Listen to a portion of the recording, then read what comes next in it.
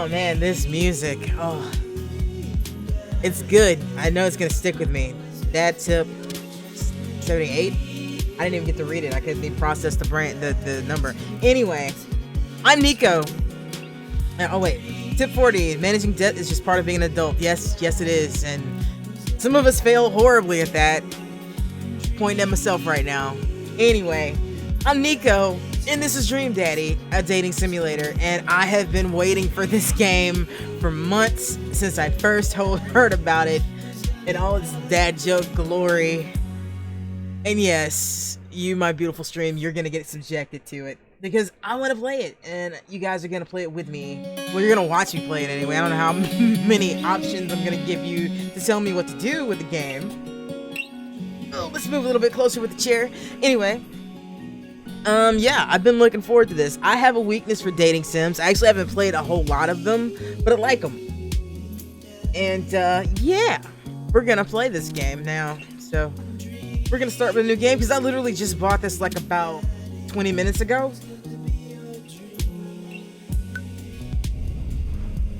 Always try to make others around you happy. That is good stuff. Zzz. Oh, I'm gonna have a lot of reading. I'm not gonna read all those Z's though. Yeah, that better? Dad. Zzz. Dad, wake up.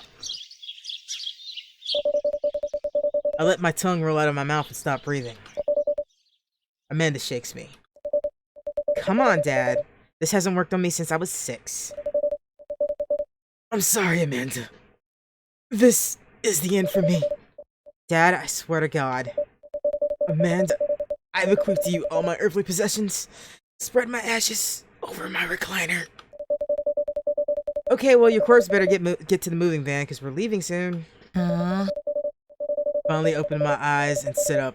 I'm lying in the middle of the living room spooning a moving box. I yawn and stretch. Morning, Manda Panda. Oh. Yikes, dad breath. Go brush your teeth. Don't forget to floss every day. That is the #1 dad tip, apparently. Build that dad.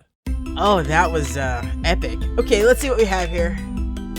What kind of bod do I want for my dad? A lead of tank bod.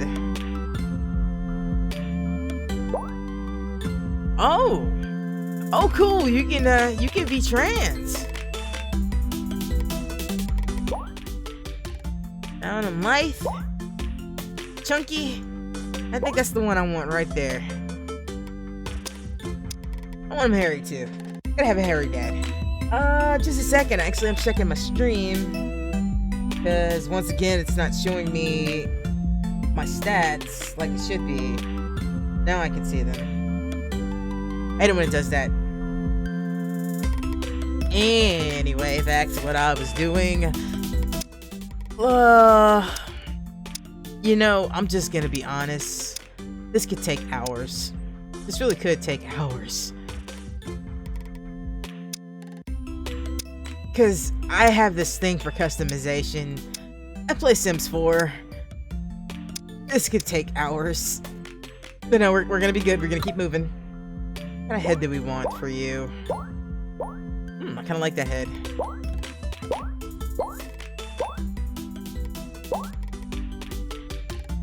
I like that one, yeah. Yeah. That's the ticket. Shadow. We'll come back to that. We'll see what we got after that. I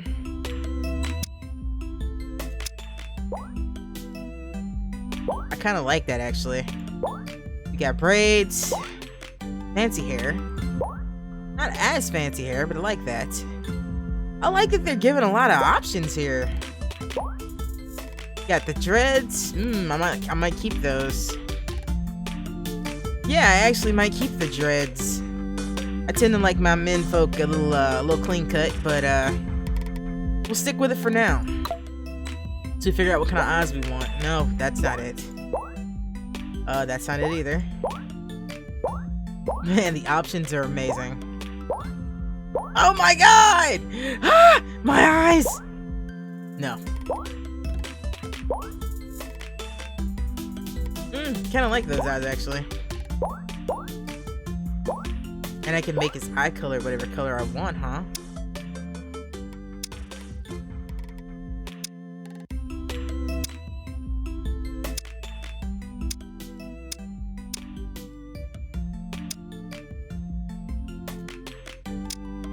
Choices, man. I seriously, like, you guys think I'm joking. I could be doing this for hours.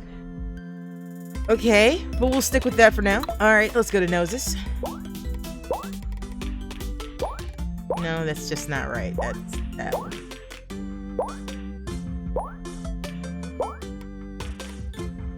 I like that eye. I like that nose. Okay, let's see.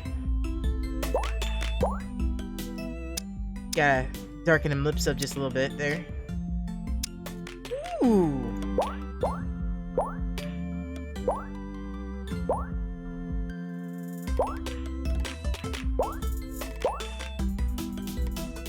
I am enjoying the mouth options here. I like that mouth though.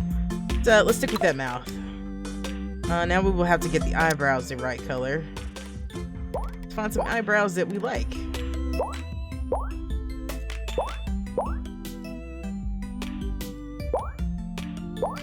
All the fuzzy dad brows. This has got a lot more customization in it than I was actually expecting.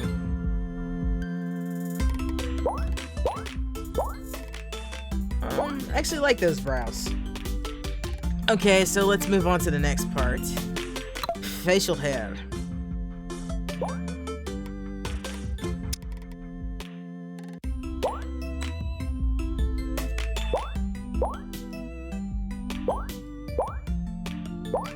We're gonna go back and change his hair. Let's get back to head, and we are going to give him that for the time being. And we're going back to the head. Add a little shadow there.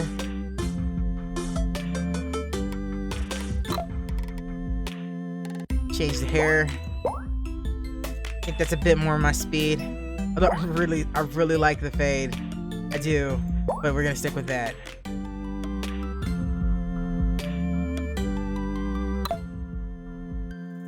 Yeah, I'm feeling that. Yeah, I like it. Yeah. Also kind of like that full beard. That's a bit much right there, but yeah. Actually, yeah, I like that.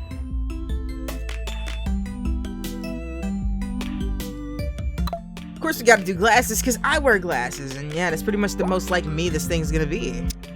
This dad is gonna be like me. I like the gray. I like those. Oh, we got piercings? What? I can't have all the piercings? Boo! I should be able to have all the piercings.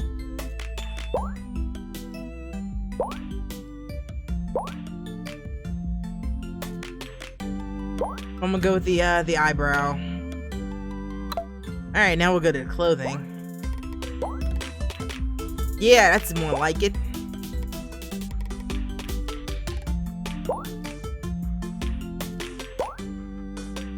Maple Bay, huh? Yo, I want a dad in a suit.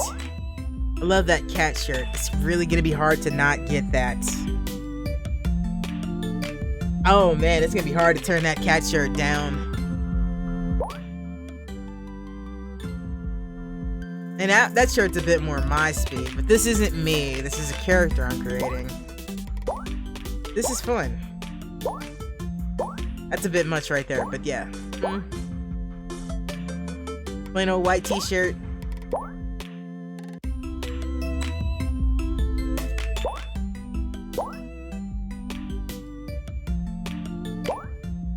Yeah, sure, we'll go with this. That's the ticket. Name now, that what do we guy. want to name this guy?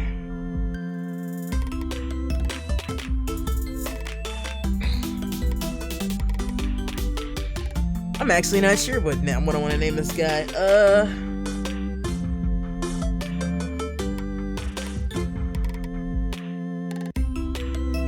Man, huh?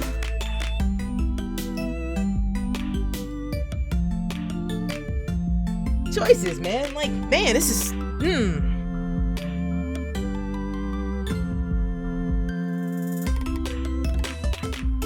Teddy? Nah, not quite right. Theo. We're going with Theo. Theo!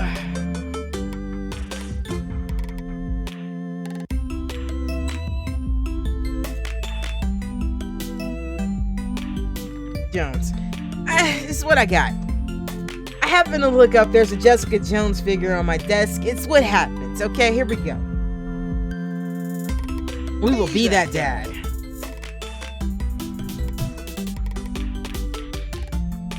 Huh. Okay, we turned that down a little bit. Alright. Did you fall asleep packing? I got most of it done, I think. Searching around the room, it looks like I did a pretty good job. Every box is sealed except for one. Wait, straggler. What's in it? Looking in the box, I see a bunch of old photos and little photo albums. Yeah. Whoa, I haven't seen these in years. I pull out one dusty album from the top of the pile, and we begin looking through it. That is the coolest baby I've ever seen.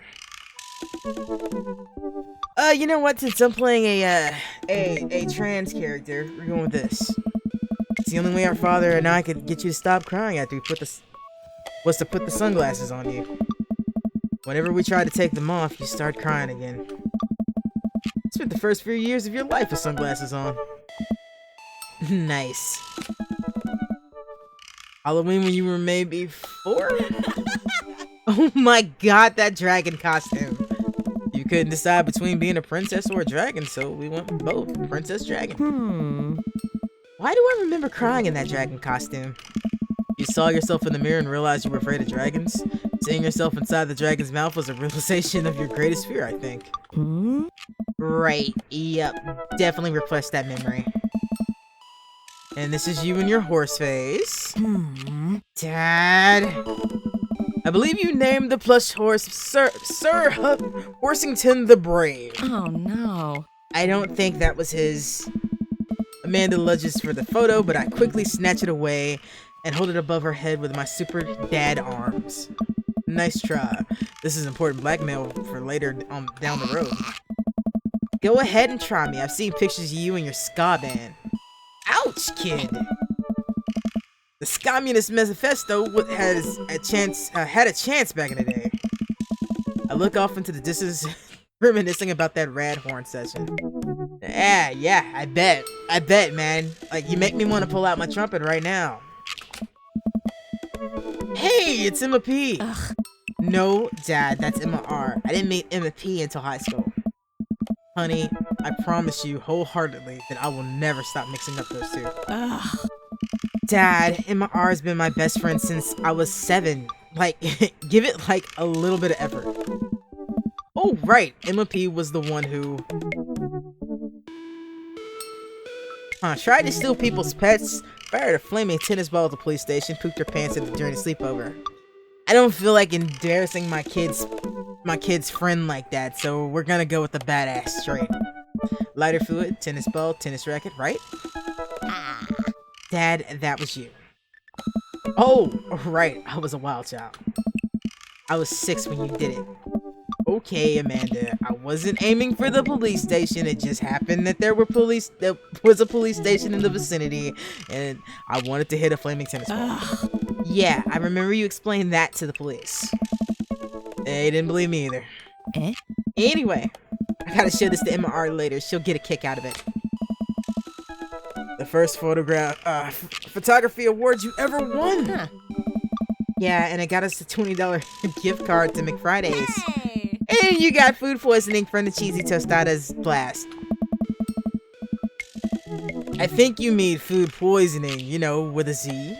Ugh. Dad. I still can't drive past McFriday's without gagging. Still proud of you, though. Amanda reaches deep down in the box and pulls out one last photo. Neither of us say a word. We stare at the photo for a long moment. I finally decide to break the silence. This is the day you were born. It's kind of a funny story. We got into a car accident right in the hospital parking lot. It wasn't anything big, it's just a fender bender, but of course I was freaking out, and there was a little old lady who crashed into us freaking out, and I didn't know what to do. But your father, old man, he holds my hand, he looks me directly in the eye, the calmest I've ever seen him, and he says, "It's okay. It's all gonna be okay." Oh. He was right, you know. I stared at the picture for longer, maybe too long. I miss him. I can't even imagine what it must be like for Amanda. Pats me on the back. Oh. Come on, Pops, we gotta finish packing. The moving van won't wait forever. You're right. Amanda and I pile into the car and take one last look at the old household.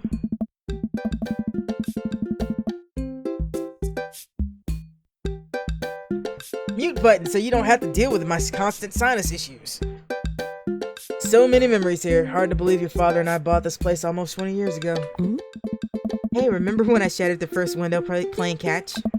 You always had very strong arms. Ah. Hey, remember when I shattered the other front window pretending to be a robot who breaks windows? We're a very imaginative child. Yeah.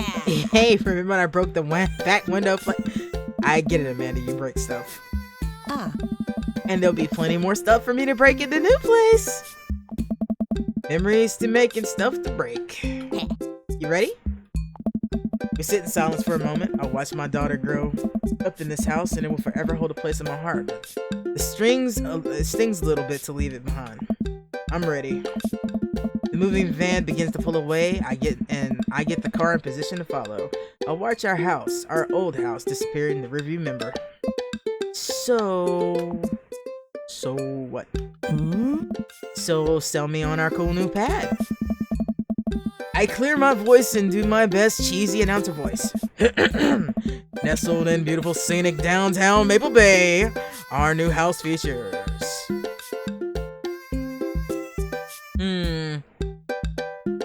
We're gonna go practical. Honey, have you ever had dirty clothes? For most of my life, yes.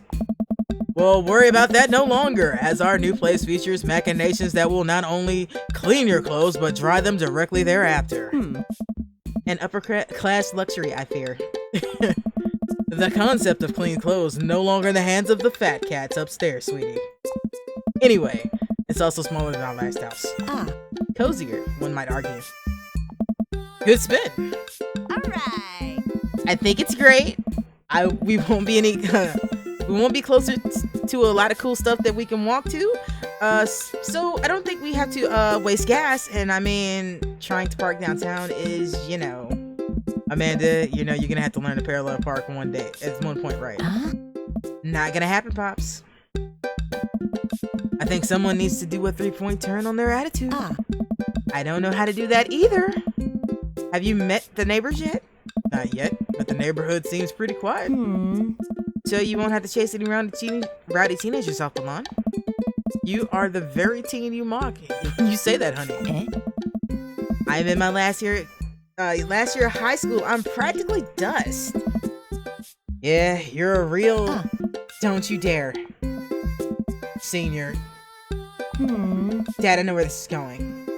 Citizen. I'm just gonna ignore that. But I won't forget it. So what's item number 1 on the new house agenda? Well, first we need to forge a path through the solid wall of boxes that are blocking the living room. I still have to install the washer and dryer. We need to go grocery shopping. Pops, cool your jets. You have to promise me that we're gonna take a break and explore the neighborhood. Okay, you're right. We'll get some work done and then we'll check out the area. We pull up to the new house and step outside. The lawn is freshly mowed and the for sale sign is still in the yard. Hiya! And with a swift kick from Amanda, the for sale sign is no more. Nice form, Sweet Pea. I got a problem with authority! I'm so proud. Man, all that karate chopping tuckered me out. I really could go for a sandwich. An ice cream sandwich, sweetie. It's 10 a.m. Let's see. Do we need to unpack? Do we need to go get some coffee? Did we see the dogs at the park? You know what? I feel like this guy's a coffee drinker, so that's where we're going. I need coffee. I gotta get my hands on a nice cup of the old bean juice, or I'm gonna be useless all day. I think we passed the coffee shop on the way here. Maybe we can go check that out. Let's do it. We walk down the street to the Coffee Spoon, a cute little place on the corner. Hey! Man, this is such a convenient walking distance from our house. I mean, I guess. What's wrong? Why would I go anywhere else to drink coffee on a couch when I could just drink better coffee at home on my couch and not have to worry about awkward eye contact with other people? At least when I'm home, some random guy isn't gonna come up and sit at the recliner next to me, and I don't feel like a little weird because it's technically not like he's sitting at my table, but he's very much within my personal zone. Dad. What's the etiquette when you have a dirty mug? Is there a bin?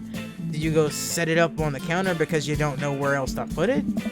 Or do you leave it there and feel your face flush hot with shame as you consider the possibilities that there is in fact a bin somewhere just out of sight that you know?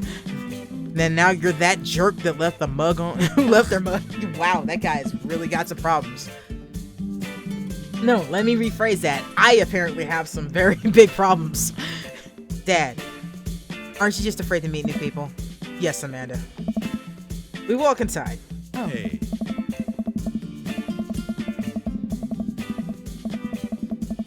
Hello, nurse.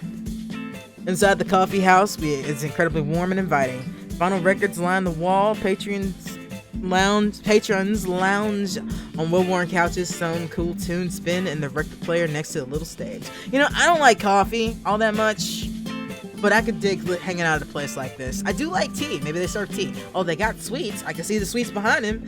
If I can look past him, it's not happening too easily. Hey, yeah. Welcome to the Coffee Spoon, guys. How are you? How's it going? What's with the name? Hey. Oh, it's kind of dumb. Hey. It gets mentioned in this poem I like, and I thought it was a good idea at the time, and I suppose now it's still a good idea because, like, the business is still running. But people ask me that question all the time, and I give them the same answer every time, and now I'm standing here rambling. I'm sure we'll all get more and more uncomfortable if I keep talking about man, but man, we're in it now, and I can't stop. I like this guy. ...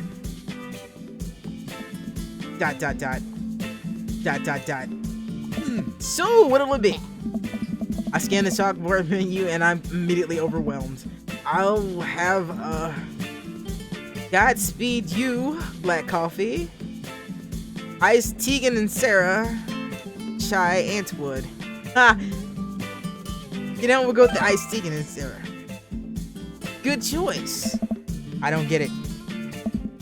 Oh, it's a pun. Tegan and Sarah is this really awesome Canadian indie band formed in around 1995. We're nominated for a Grammy in 2013 and are known for being masters of not only pop hits but meaningful lyricism. Oh. ... I'm doing this thing again. Hey. Coming right up. And for you, I'll have a macchiato di Marco, please. Hey, yeah. Coming right up. Do you want that in small, medium, or biggie smalls? Oh, I love this guy. Medium. Wait, is it biggie smalls or small? Big or small? It's big. I should change that, shouldn't I? I get it, you hot piece of man. Matt sets to making our drinks, and Amanda and I take a seat on one of the couches. What's his deal? Let the man make his puns. They're cooler bands than you listen to anyway. Hey! Scott was cool once. This couch is actually pretty comfy. Maybe not comfier than our couch, but it's alright. Good lumbar support, you sink right into it. Okay, it's comfier than our couch. Amanda nudges me. This place is right next to our house, and that guy seems not only cool, but also as uncomfortable talking to other people as you. You should totally become friends with him. I don't know. Come on, what did we say about meeting new people?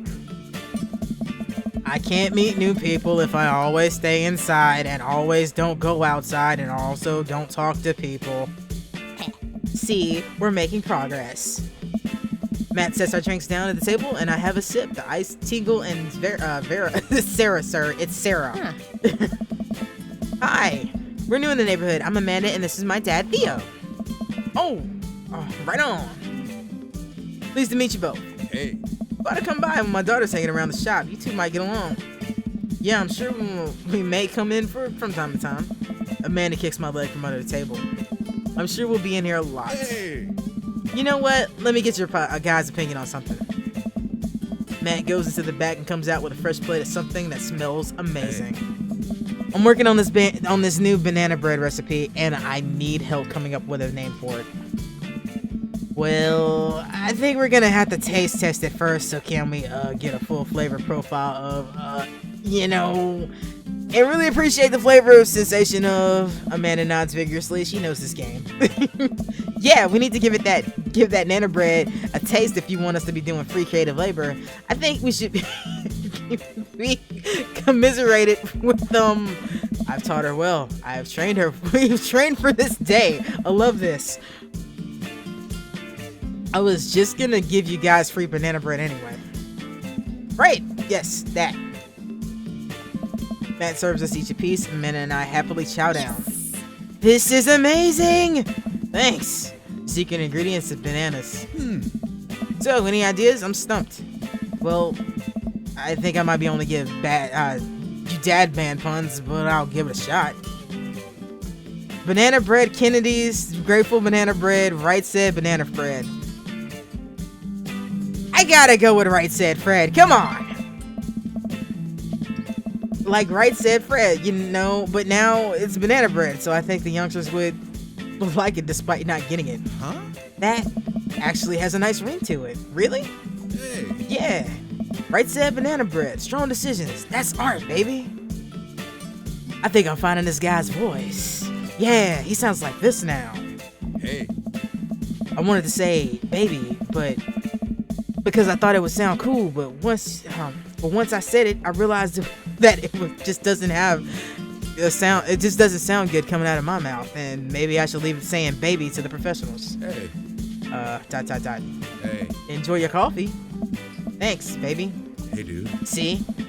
It sounds good when you say it. Across the way, a man catches my eye. He's sitting by himself, brooding over a cup of coffee. Our eyes meet just for a moment. I hastily look away, hoping he didn't catch me staring. Who is that? We finish up our drinks and head out. Oh. Thanks for stopping in. Take care. Okay, now that we're full of caffeine, where to? You know what? Let's get some fresh air. Time to soak up all that vitamin D and make our bones nice and strong. And I clicked off my screen. Didn't mean to do that. 1 second. Let me find the button.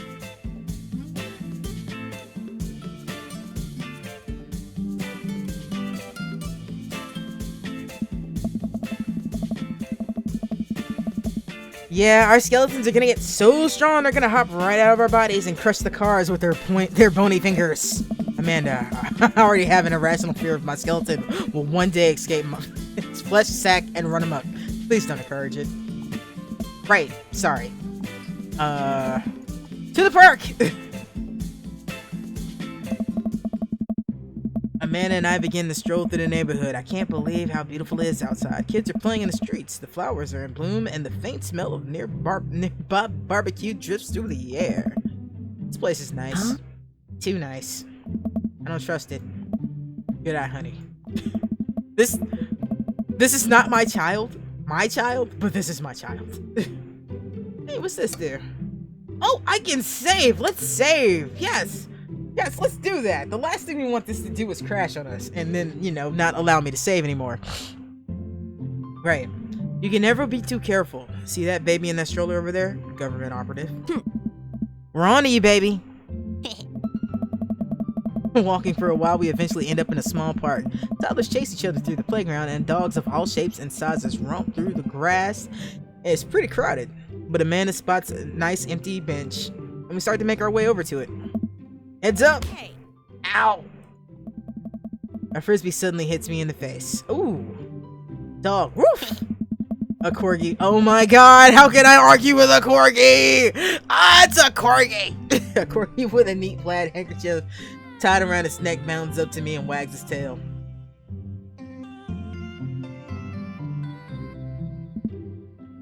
I like your necktie, dog. Woof. He runs around in a circle and nudges my leg with his nose. Oh god, this is the cutest dog. Impart me with your wisdom, tiny dog. Woof woof. How long do I have left? Just tomorrow. Alright, yeah, we're going with how long did I have left? Grr. What? What's that? I'm already too late. My fate is predetermined for me long ago. I have no real agency in this cruel lifetime. Ruff, ruff. You're right. I'm the master of my domain. For fate is unknowable. Thank you, wise dog. Arf. You definitely could have caught that. The man in a Hawaiian shirt jogs over to us and takes the frisbee from me. You know, I'm gonna give this fella this voice. You know, frisbees are tradition. Nah, I'm not gonna give him that voice. It doesn't feel like it fits him. Somebody's messaging me right now.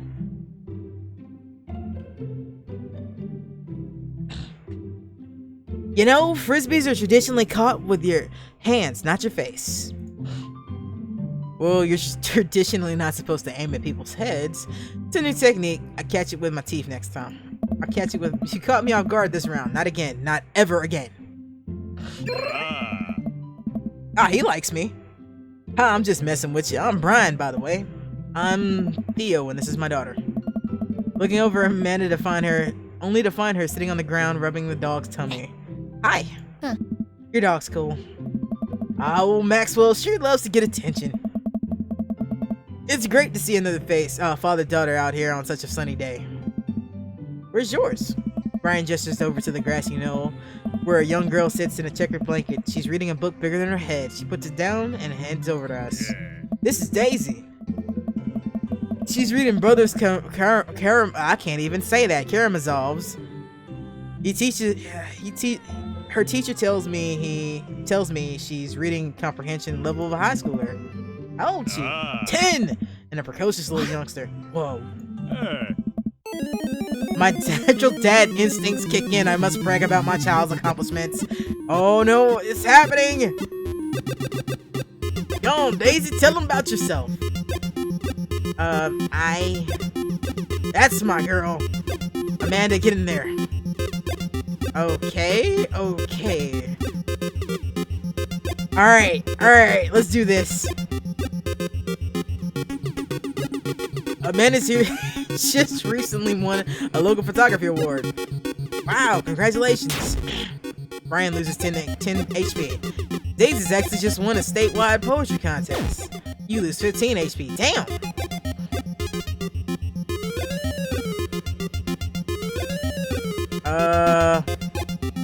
We're gonna try it. You pull a wrinkled copy of Amanda's last grade card out of your back pocket. Dad.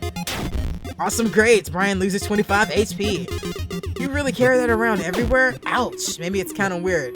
You lose 5 HP.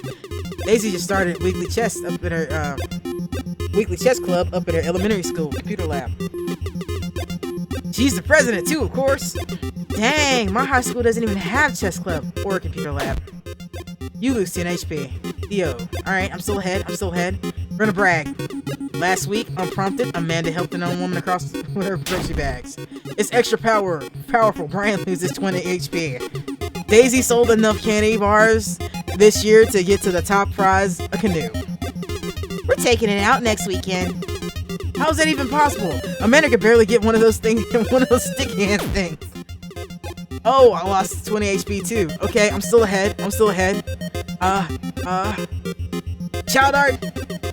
You want to furl your wallet to reveal a tiny copy of a drawing of cornucopia Amanda did her first grade. Brian, cute! It isn't very impressive, but Amanda genuinely appreciates you holding on to it. Brian loses 10 HP. You regain 20. Yes! Did I mention Daisy said her first words at 10 months old? Daddy. Amanda's was potty. Still cute, but maybe it isn't up to the time. This is the time to bring it up. You lose 10 HP. Alright, I'm still up. Let's brag. Amanda's in all honor classes this semester. Brian loses 10 HP. Oh, really? I'm actually taking Daisy's teachers about having her skipping grade. Ooh, even Amanda kind of bristles at that when you lose 20 HP. Ooh, I got one more try. We're bragging. A few months back, Amanda started to volunteer at the homeless shelter in our old neighborhood. Brian loses 10 HP. I got him. I've got him on the ropes. Brian, you two seem to have such a good relationship. It warms my heart. Arg! Why'd you have to be such a good loser? I got him though, and that's what matters. Oh my god, this is great. I'm loving this game so far.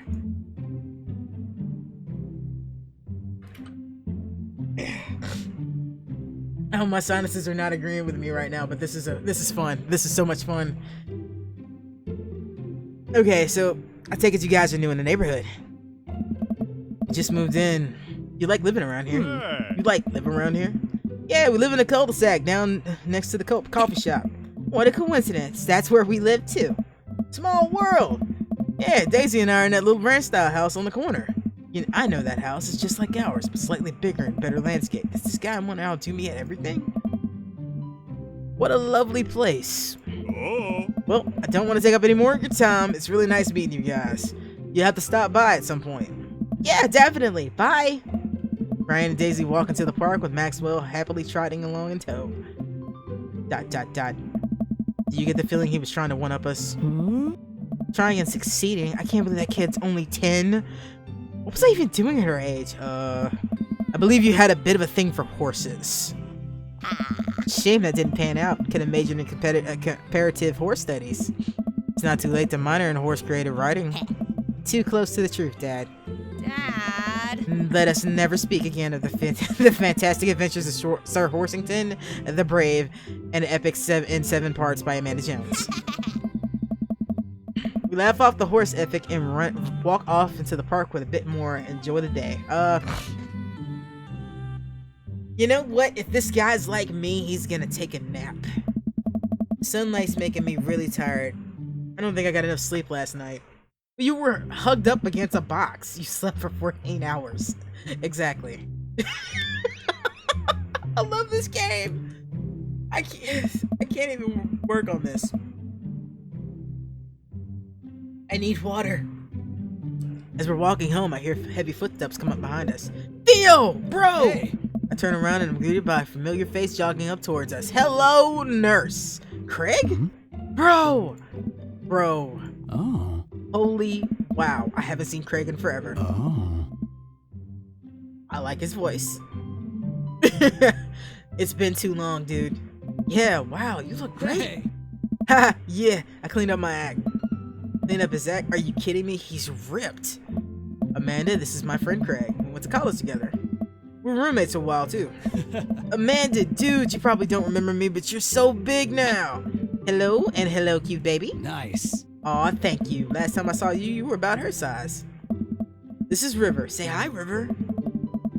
She picks up her tiny wrist and waves it around. River gurgles happily. Oh, she's so fucking cute! She's so fucking cute! I'm not built for this game! My ovaries are exploding with the cuteness. Are you babysitting? Oh. Nah, dude. River's my kid. Man, it has been a long time. It feels like one minute we were rolling up exams and with a bad hangover, and the next we were both fathers. Where you been, man? Oh. I was working out in California. I just relocated in the business back to Maple Bay. No kidding. Amanda and I just moved to this side of town. So how's Smashley doing? Oh. I mean Ashley. Ashley is this is her name? Oh. Actually, she still goes by Smashley, and we got divorced last year. Oh, dude, I'm so sorry. It's old news. We take turns taking care of River and the twins, and it's all copacetic. Twins? You have 3 kids? Ain't life something, bro, right? Keg Stand Craig is a father of 3. Keg Stand Craig? Oh, yeah, it's my old college nickname. He got it because he did a lot of keg stands.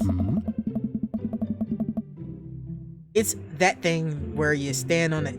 It's that thing where you do a handstand on a keg and then drink from the keg. Right. He's very good at it. Oh. Ah, bro, don't hate. I hate to be that guy, but I'm in the middle of my daily jog, and I really got to keep my heart rate up. I brought River along, resistance training. You jog daily? I jog yearly. On January 1st, when I promised myself that I'll jog daily for the rest of the year and then give up after about 30 minutes and just walk home. Oh. It's never too late to get back into it, dude. You should join me sometime. I don't know. Bro. Come on, it'd be fun. We could grab breakfast afterwards, catch up. We should do a bro lunch like, good old days. Alright, sure. Sounds great. Great. Let's get going soon. I better get moving. Good to see you guys. Craig gives a little wave and pushes the earbuds back in and jogs off. I can't believe Craig was ripped and has kids. I'm reeling. Why's that? The Craig I knew was not fit to be responsible for any living thing, including and especially himself. One time, I watched him drink an entire jar of marinara sauce for dinner. Amanda, he opened a new jar of marinara sauce, and then he drank it like it was a thing normal people do. It was unholy. And then I asked him what the hell he was doing. He said, and I quote, "It's basically a smoothie, bro." I mean, technically, he's not wrong. He jogs. He was jogging. He's like a totally different person. Anyway, we better get home. I have plenty of time to reflect on how old I feel later. I like this game. Amanda and I flop on the couch. Amanda has to shove some empty boxes out of the way before she can sit. Too bad we're gonna be putting my stuff right back in these boxes in a few months. Oh, don't say that. Oh, Dad, it's gonna be okay. I'll be fine. I know. It's just, you're my little girl. It's gonna be weird not having you around. I'll come visit, and I'll text you every day, and I'll take lots of pictures. I mean, obviously, I'm a photography major. I promise. Of course. And you're gonna be okay all by your lonesome. Oh, come on. I'll be fine. I'll get a dog or something. Hey. A dog? Yes. Forget art school. I'll stay for the dog. Is that what it's gonna take? Medium-sized dog, handkerchief around the neck. I guess to name it. That's what it'll cost you to get me to get up on my dreams. I'm a woman of simple wants and needs. Well, a dog is a lot cheaper than college. And at last, suddenly a pile of envelopes slides through the mail slot. Speaking of college, Amanda darts over and shuffles through them. She pulls out one and throws the rest back on the floor. Gee, thanks, child. It's from McGowan College of Art and Design. Open it. But I'm scared. It's just an envelope. Yeah, just like my entire future. No big deal. Takes a deep breath and rips the letter open with her teeth. You have a letter opener, but okay. I hold my breath while Amanda's eyes dart back and forth scanning the letter. What does it say? The admissions committee has reviewed your application. Blah, blah, blah. Her face drops. Regret to inform you we aren't able to offer you admissions to McGowan's College of Art and Design. Amanda throws the letter on the coffee table. Oh, sweetie. It's okay. I kind of saw it coming. I knew I shouldn't have put that experimental stuff in my portfolio. Our admissions officer told me they just wanted to see the portraits or whatever. I pull Amanda in for a big hug. You're an amazing photographer. I know how much work you put into your portfolio. Some other school's gonna want to snatch you up for sure. Yeah, I know. It's fine. Are you actually fine, or are you just saying that? I'm fine, really. Her face says the opposite, but I probably shouldn't push her on this. Oh, and before I forget, Emma R and Emma P are sleeping over tonight. So... you need me out of the way because it's painfully uncool. I would choose more delicate phrasing, but yes. Well, I'll have you know that I conveniently already have plans for tonight. So you'll have the new place all to yourself. Yeah? What are your plans? Quick, think of plans. I'm the secret mayor of this town. I attend the union meeting. I'm going clubbing.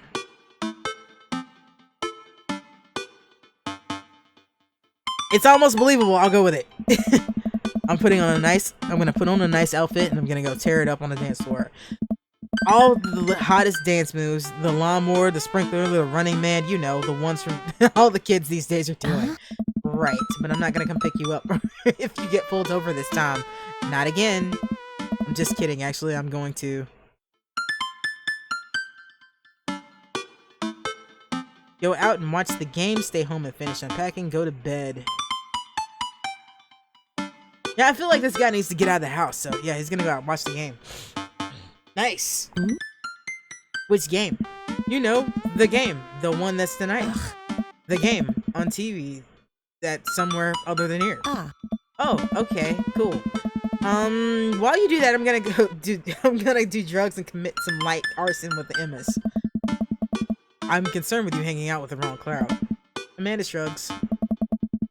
You would have expected you guys to be up to white collar crime at this point. Maybe money laundering at that least. I'm a street rat, Pops. You're kidding about doing drugs and crimes, right? Yes, Dad. Just making sure. I give her a pat on the head. Have fun with your sports. Are you being sarcastic? Aww. No, making fun of sports is played out. Right then. I do some light cleaning around the house and then decide to clear out right before Amanda's friends arrive. Before I leave, Amanda stops me. Hey, don't forget you have a meeting with my English teacher tomorrow. Oh, right, Mr. Vega. Wow, I've been playing for almost an hour. I wasn't expecting that. Alright, let's just get back into it. Yep, totally remember. I'll be there. I hope you have fun tonight. I'm really glad Amanda's, I hope they have fun tonight. I'm really glad Amanda has such sweet friends that I can't even remember their names. You can remember their names, you just can't remember which one is which. You know, you should just really cut out the Emma P and Emma R and just call them Emma, and then you'll never be wrong. I'm heading to my room, the doorbell rings. Whistle while you work. Do do do do do do do. Who could possibly need anything from me right now? Do they know what time it is? I was just about to head out. Walk over to the door and open it. Hello? A handsome hello, nurse again. A handsome clean-cut man stands in my door brandishing a plate of cookies. Hello?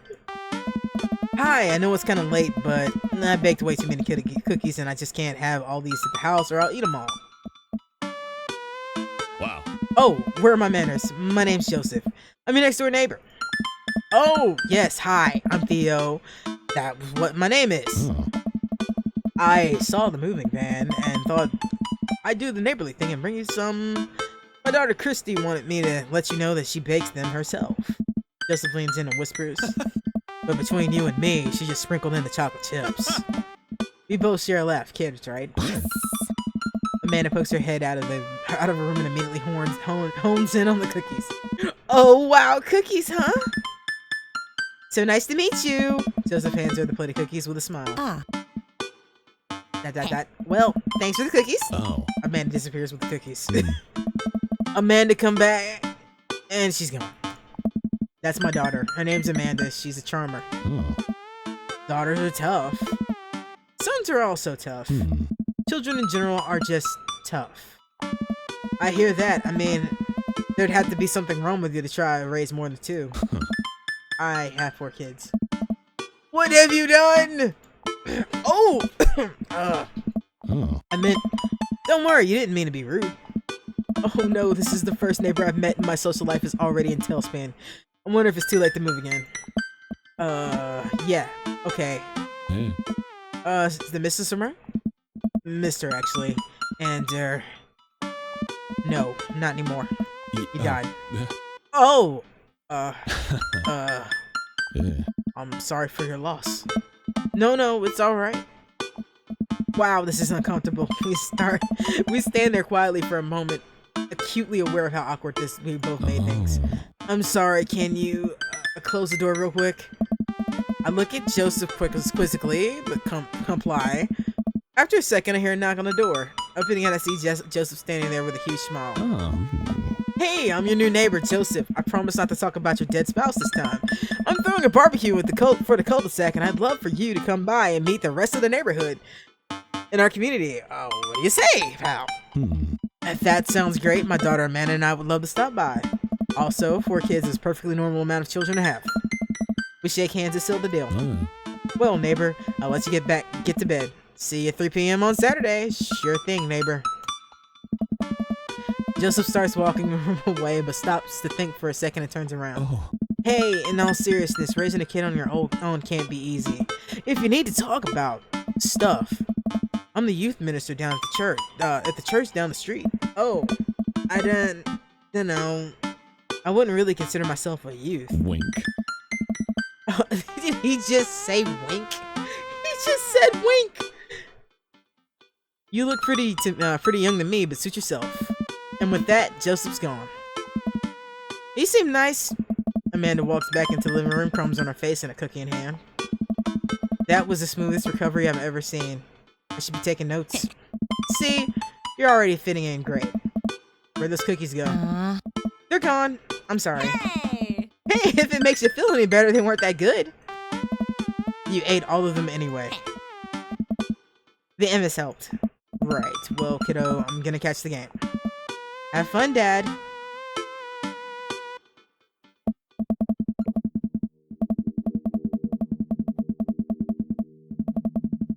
Wow, I guess I really didn't think this plan through. I'm not entirely sure where the closest bar is, and Amanda still hasn't shown me how to use the GPS on my phone. So, I'm just gonna pick a direction and walk in it.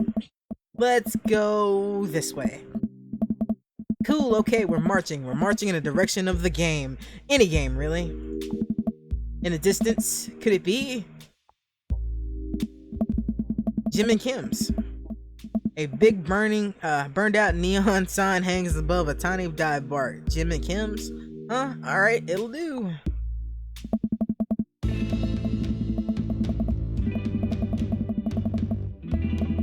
The bar is small and dimly lit. The crack of pool balls sound in the back as patrons laugh and joke.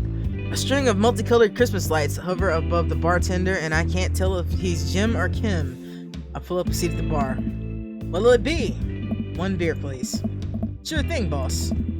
The bartender slides me an ice cold beer. I take a sip and enjoy the refreshing taste, and goddamn, I wish I had a beer. Say, are you Jim or Kim? I'm Neil. Oh. I awkwardly turn my attention to the game, which plays on one of the TV's walls. As luck would have it, my team of preference is not only playing, but currently in the lead, which is always a good thing. The brightly colored mascot is some kind of animal, does cartwheels, and I silently cheer for my favorite team, hoping that I don't get into any confrontational arguments as a fan of the opposing team. Several people in the bar wear distinctive colors of the team I dislike, although I believe from their demeanor that, like me, the passion for the team is all in good fun. Hey! A middle-aged woman holding a nearly empty wine glass slides up to the bar and sits uncomfortably close to me. Hey, sailor. Oh, hello. Good to see fresh meat in here. I'm Mary. I'm here often. No, I actually just moved to this part of the town today. I'm Theo, by the way. Hey! Are you watching the game? Yeah, my preferred team is in the lead. The preferred team thing is killing me. I love it. Oh, speaking of preferred teams, mine's on the board. Go Man City. Yeah, anyway. If they keep this up, they'll win the game with ease. Oh, I love that team. I also love that game. I love someone who knows their way around balls. Oh my. I'm getting the impression that she's a little... What was your first clue? Buy a gal a drink?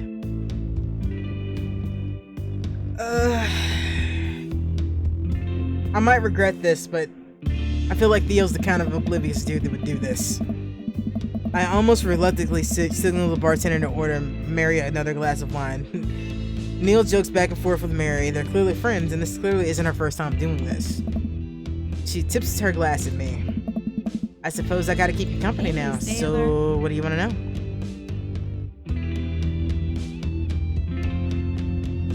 You know what? Let's just go ahead and get it out in the open. What's your deal? Me?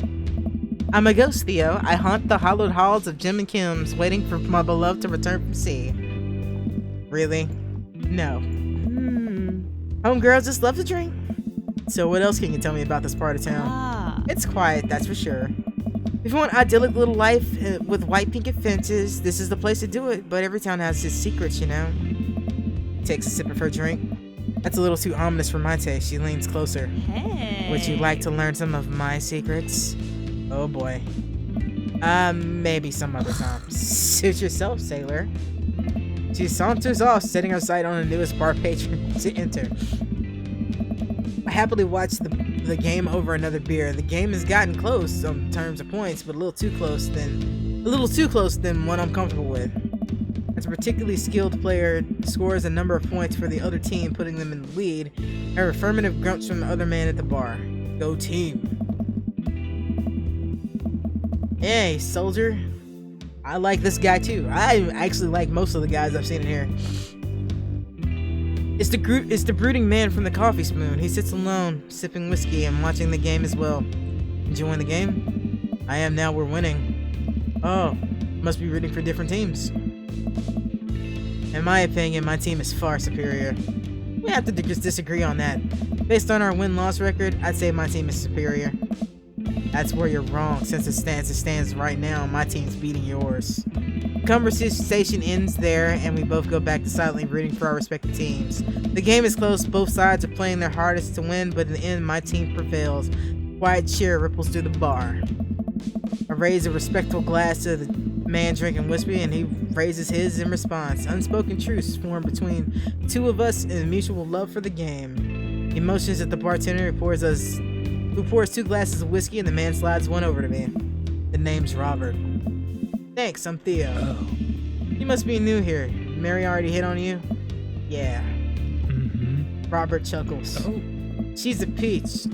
Well, you picked the best bar in town. It's slimy as it is, and you'll never find a better spot than Jim and Kim's. Actually, is there actually a Jim or Kim that runs this place? Nope, that'd be Neil. Neil waves from across the bar. Good guy, Neil. Not enough Neils in this world. Okay. Oh. You a whiskey fellow or a beer fellow? Beer, but I'll drink most things. You like shots?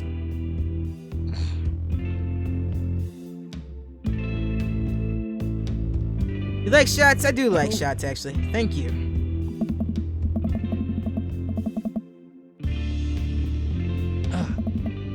Here's to your health.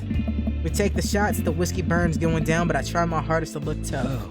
Wait, I think this is what making friends is. Okay, Theo, this guy is out of my league, but I think if I play my cards right, we'll be pals in no time. I'm a tattoo. I like your tattoo. What does it mean? Oh, I picked poorly. It's a reminder. I wait for him to elaborate, but it doesn't seem like, it seems like he's done talking. This man is mysterious and cool. Way cooler than I am, at least. Robert signals the bartender for another round. What are you doing here tonight? My daughter kicked me out of the house. This is not like forever. She's just having a sleepover with her friends. Family type, huh? Single dad. He gets up. Hey. Be right back. I gotta powder my nose. Never seen Robert this talkative before. He must like you. I guess so. I gotta admit, Robert has a gruff charm to him. If this guy thinks I'm cool, then I really must be. Robert comes back from the bathroom and grabs his leather jacket. I'm gonna go home. You headed my way? Robert and I leave the bar and find ourselves walking in the same direction. Hi. I live in the cul-de-sac over this way. Does everybody live there? Me too. I just finished up unpacking today. Great place to be, good neighbors. Well, some of them. Who's that? We get to Robert's house, which is just a few houses away from mine. We stop and he turns to me. I don't kiss and tell, Theo. So we're gonna do this or what? What? Hey. You know, do you want to come inside or not? A wave of realization rushes over me and I blush. Lay it on smooth. You know what? I'm not that kind of guy. I'd better call it a night. Catch you around? Sure. I wasn't expecting to possibly get some dad action that early in the game. But he is not my goal. No, he is not. Matt is my goal right now. I like a man that likes music. Let me save, too, because it has been a while. I head home, head buzzing with whiskey. What did he mean by, are we going to do this or not? I plop down on the couch and I'm asleep before I even get the chance to take my shoes off. Please remember to call us, and I didn't get the rest of that. I wake up to a text from an unknown number. Rise and shine, early bird. Still want to work out? This is Craig, by the way. Holy crap, it's 6 a.m. Who does 6 a.m. anymore? Without realizing it, I drift back off to sleep. Whoops, I must have winked back out. I checked my phone again. Hey, bud, you still want to get your swole on? I'm ready to tear up the track. Hit me up. God, the last thing I want to do right now is work out, but it's Craig. And I do want to catch up. Alright, I'll go to the gym. Hey, man, just in a few minutes to wake up. Let's meet in 20. After 20 seconds, after a few seconds, another text comes. Sure thing, meet me at the gym. I stretch as my bones creak. I gotta stop falling asleep on the couch. I throw off my blanket and hey, wait, I don't remember falling asleep with a blanket. Amanda must have tucked me in after I fell asleep. Bless that child. I reluctantly brush my teeth and throw on the only clothes that I own that aren't even any type of gym appropriate and head out. The neighborhood is quiet and serene this early in the morning. Birds chirp, and the grass is still wet with dew. Surprisingly, the gym is pretty crowded. I spot Craig standing out front stretching. Of course, he spots me and waves enthusiastically. Hey, bro, good morning. Hey, good morning. Nice, good to see you, man. Definitely not as pumped up as he is. Maybe I should have had some coffee before I left. Ready to kick some butt?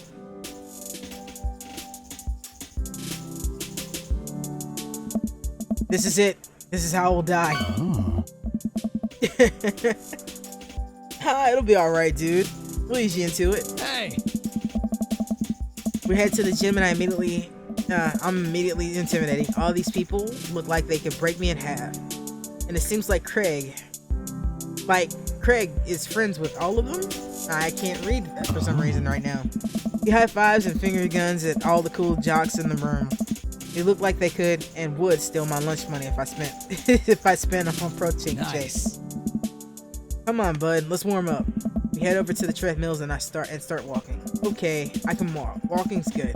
This is a decent pace. Walking. So, I know we're on treadmills. Yes.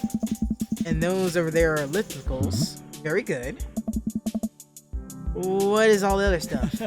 Craig laughs. Bro! It might look scary, but I guarantee that all of them serve a specific purpose to build muscle mass. I watch as a dude in the muscle tee flexes muscles, and I didn't even know existed on a machine I think I once used to process grain in the flour. What is that? What's that guy doing to himself? That's a good question, bro. What do you think he's doing? Training to crush tiny people. Some sort of mini praying to some sort of god effect. I'm gonna go with this one. He is trying to make his thighs so strong that he can crush people's skulls with them. Bro! Yeah, that's pretty much the only reason I work out. Nice. I wasn't expecting the eggplants. Nice touch, game. Oh no, Craig turned up the speed. I better do the same. How long have you been doing this buff thing? Couple of years. What do you not do? What do you do when you're not dadding or working or buffing? Oh, I coach my twin softball team. That still counts as both dadding and buffing. Nice. I keep busy. What do you do for fun?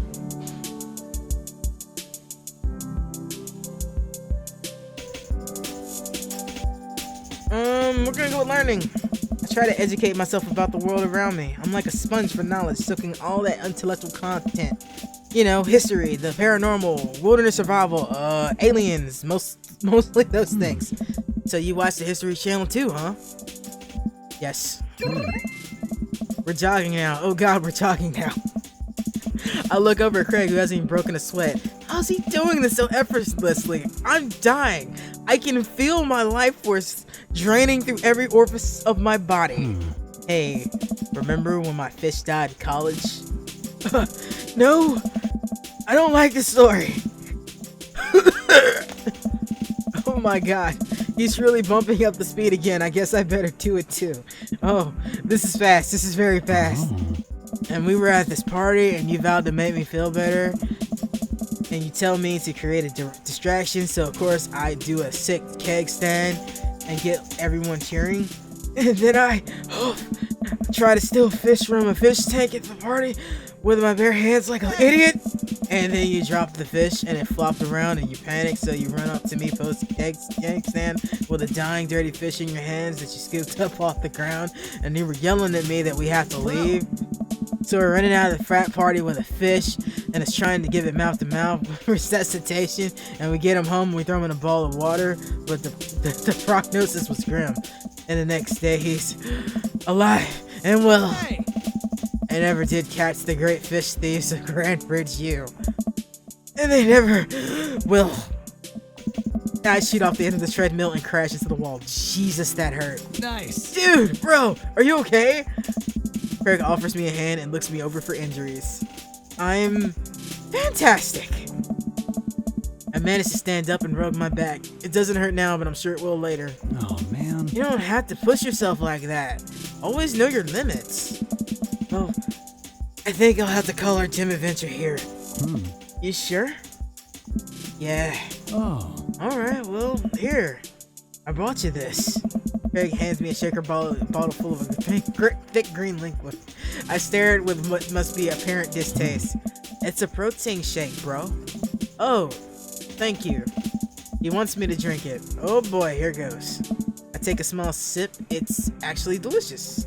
Wow, this is really good. Nice! And good for you. It's my special recipe. I'm pretty proud of it. Bro! Let me know if you ever want to work out again. Maybe we could try running around the neighborhood if treadmills aren't your speed. No pun intended, bro. Good one. I'm gonna go put some ice on this. Everything. I'll see you around. I leave the gym feeling ashamed. Craig used to order delivery from the police place across the street from our dorm. Now he can run circles around me, literally. Man, I've really got to work on this dad bod. You have a nice dad bod. I gave you a nice dad bod. I know what your dad bod is like. I get home and lie down on the couch. It hurts to move. Oh god, I'm so old. And we're gonna save. Alright. I have to keep remembering to do that. Oh no, I must have fallen asleep. What time is it? Shoot! It's 3:55. I'm supposed to meet a man at school in 5 minutes. I frantically put on some clean clothes and apply a generous amount of deodorant and run out the door. Gas is cheaper in the suburbs. I arrive at a man at school to check in the front desk. They give me a bright orange visitor sticker and send me on my way. I'm feeling pretty haggard after not brushing my teeth or showering. I hope nobody will notice. I check my watch and am relieved to see I'm only 2 minutes late. Wait, was it room 103 or 108? I spotted you standing at the locker and asked him for help. Excuse me, do you know where Mr. Vega's classroom is? The youth turns around, looks me up and down with heavy-lined eyes. Sigh. Come on, kid, I'm late for a meeting. Mr. Who? Mr. Vega? I don't know, have you tried the exit? Okay, wise guy, you gonna help me or not? Sigh. Fine, up the stairs and to the left, you can't miss him. I head upstairs and walk around, unable to find Mr. Vega's classroom anywhere. After a few minutes of searching, I head back downstairs. That young punk youth sent me on a wild goose chase. I get back to where that low-rent Jared Way is standing, fully ready to give him a piece of my mind, but suddenly a head pumps out of the classroom next to his locker. Oh. Lucien, don't you have third period to get to? Sigh. Fine, Mr. Vega. Wow. Yeah, I'll say wow. Wow. I'm not into man buns, but wow. I'm officially 10 minutes later. I glare at him as he walks away. We're not cool. You must be Theo. The period's almost over. Would you mind waiting at the back? Mr. Vega leads me in and I take a seat on the comically small student's desk in the back. I might get stuck in this. Oh. Alright, where were we? Now who can tell me about the unreliability of the narrator of J.D. Salinger's Catcher in the Rye? Yes, Colin? Colin stands up and does a weird thing where he bows over the crook of his elbow and makes a fart noise. The whole class erupts in. Alright, well, alright everybody. Funny, Colin. Please sit down. Now, Holden Caulfield is an unreliable narrator in the sense that The bell rings for the end of the period. All the students immediately get up and make a break for the door. What? Remember to do the reading and answer to the response questions on the page 194 of your textbook. Nobody's listening. Or not, I guess. Mr. Vega turns to me and sighs. Middle schoolers, right? Don't you teach high schoolers?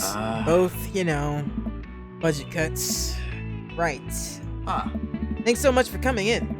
No problem, Mr. Vega. Please, call me Hugo. I don't normally do these impromptu parent-teacher meetings, but I'm sure you know now, I'm sure you know Amanda's a very bright student, and I'm concerned about her recent behavior. What's going on? I don't know. Amanda has never been the most engaged student, but I know she cares. Recently, though, she's been falling behind. She's not completing assignments and has been doing rather poorly on tests. I normally talk these things up to senioritis, but this is strange. I thought Amanda always shared everything with me. It hasn't crossed my mind that there's something might be wrong. I just wanted to ask if everything was okay at home.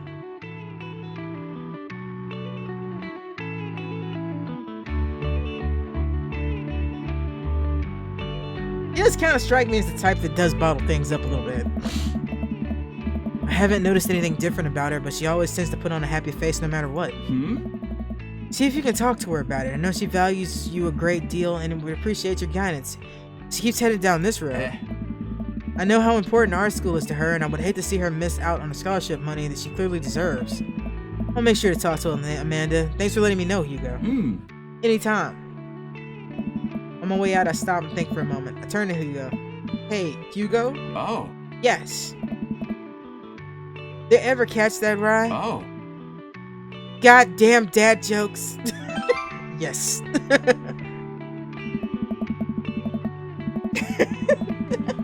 Damn cat. Leaving the class, I make my way out of the school. I'm still a little bit in shock that Amanda was able to hide this so well from me. She's always been such a force for positivity in my life, especially after we lost her father. Amanda must be done with classes for the day. I'm sure she would appreciate a ride home. Maybe I could talk to her about what's going on. I pull up to the carpool and Amanda hops in the passenger seat. So did you have fun gossiping about me?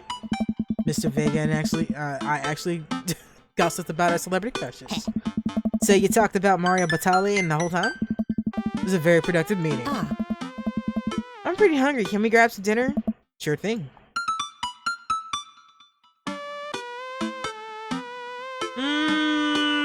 Which would I rather do?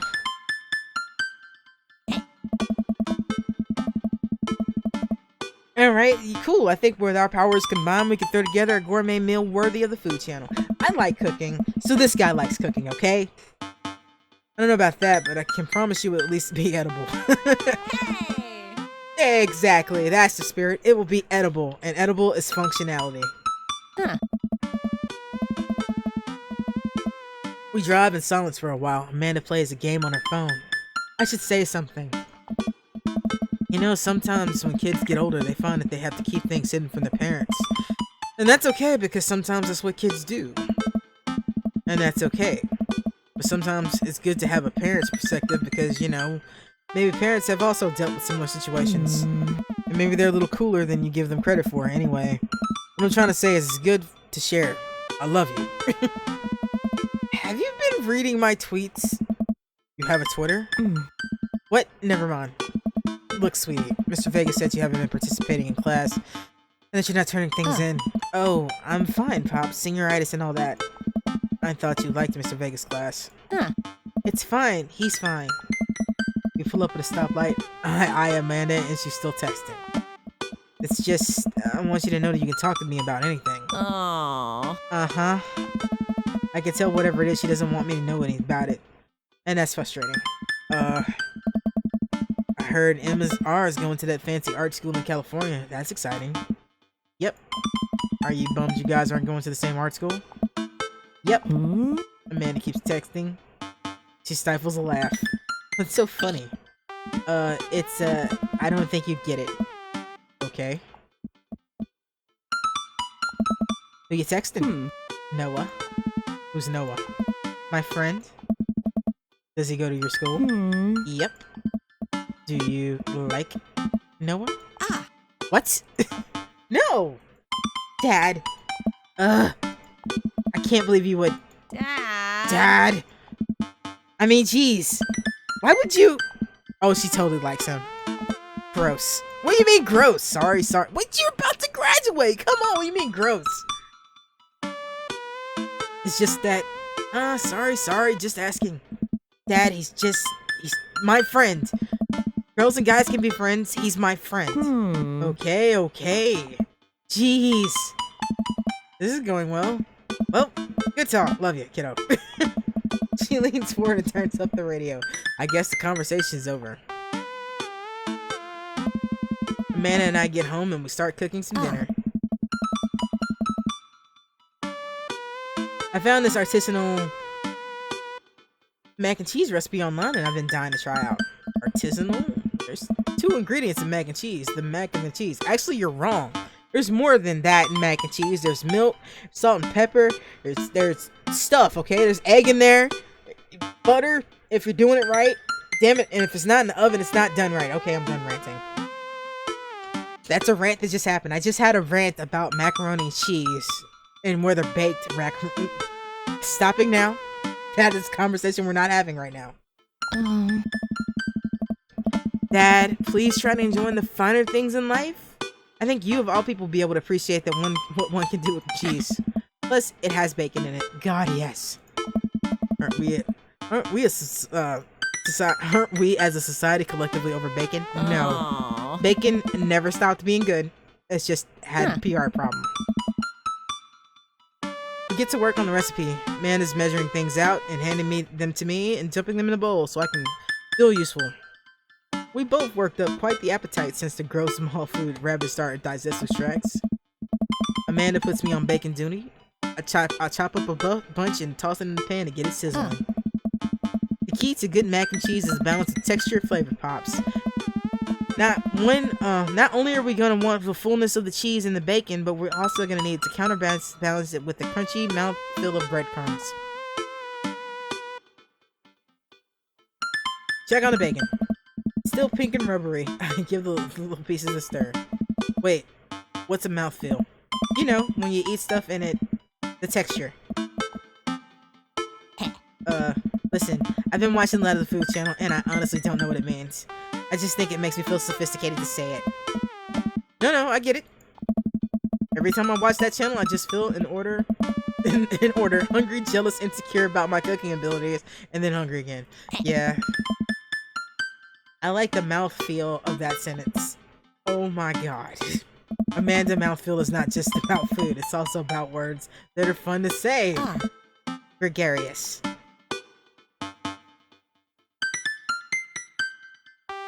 Spectacular. Cattywampus. Check on the bacon. The bacon is sizzling away. It smells good. I give that sucker a flip. Nice. Good work, Dad. Bacon can easily overheat, causing a grease fire. I'm proud of you for remaining vigilant. We literally just moved in here, and I'm dead set on not burning this place down. Eyes like a hawk. Amanda finishes up with the mac and cheese, and I toss bacon bits in there. After stirring it all together, I take a taste. How's the mouthfeel?